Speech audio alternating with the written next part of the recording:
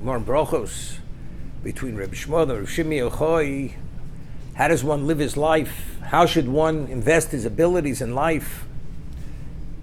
So Rabbi Shmuel says that a person in the harvest season, he harvests. In the plowing season, he plows and he seeds, he sows, and whatever he has to do, he does. And whatever time is left, he studies Torah. So Rabbi Shimi Yochai says to Rabbi Shmuel, if a person is going to plow in the plowing season, and sow in the sowing season, and reap, and so on and so forth, and thresh and winnow, Torah Mateo there, what's going to be with the Torah?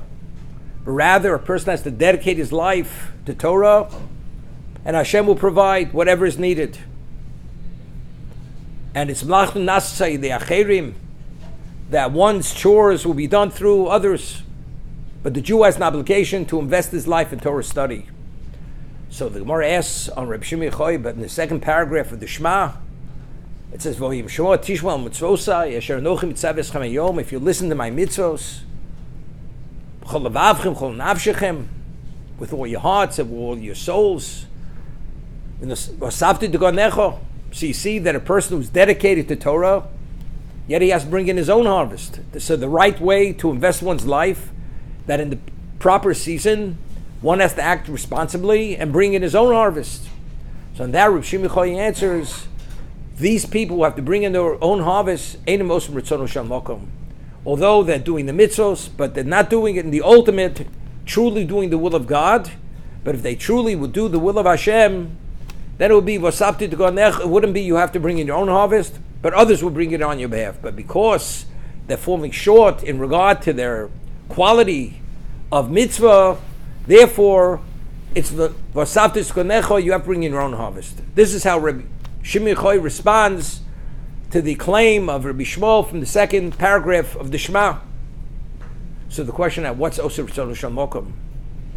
You're doing the mitzvos. B'chol vavchem, b'chol nafshechem. So what's lacking? What did the person do? It's interesting. Chazal tell us there's a medrash. In the first paragraph it says, you should love Hashem b'chol levav, b'chol nafshechol me'odecho. It speaks about your finances, with all your assets, with all your possessions. In the second, it says b'chol levavchem, b'chol nafshechem. Doesn't mention b'chol me'odechem. Doesn't mention your possessions, your monetary assets.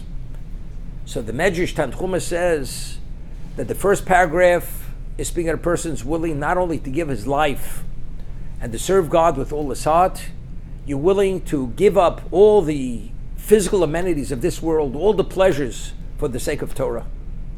To that degree, that's how the person's committed. The second paragraph of the Shema, which does say b'chol medechem, you're willing to die for Torah, you're infused with feeling, but to give up all the comforts of life that you're not willing to do. The person's studying, but there is an association with something we're not willing to give it all up. So maybe that's what Rav Shimi Yochai says, that's in Osir Tzonu Shal Mokum. A person who's truly a dedicated, subject to the king, to the melech, you give it all up for the king. And that's the first parsha. That's the first parsha. You love God with all your heart, with all your soul, and with all you have. Willing to give up all the pleasures and all the comforts of life.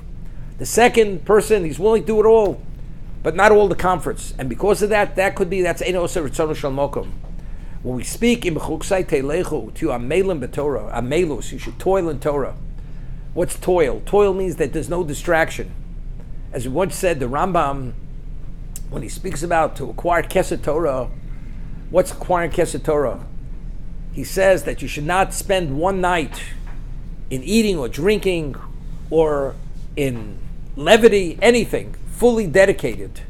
What, as the Mishnah says, Pas Melch Tochal, Maim Sur Tishteh, Alor Tisha and Chayich Tsar Tichya, meaning that we're speaking about a person who's so taken and so inspired by Torah, nothing in life has any value if it should interfere to any degree with the Torah. Everything is a means to an end. The end is what? Is Torah itself.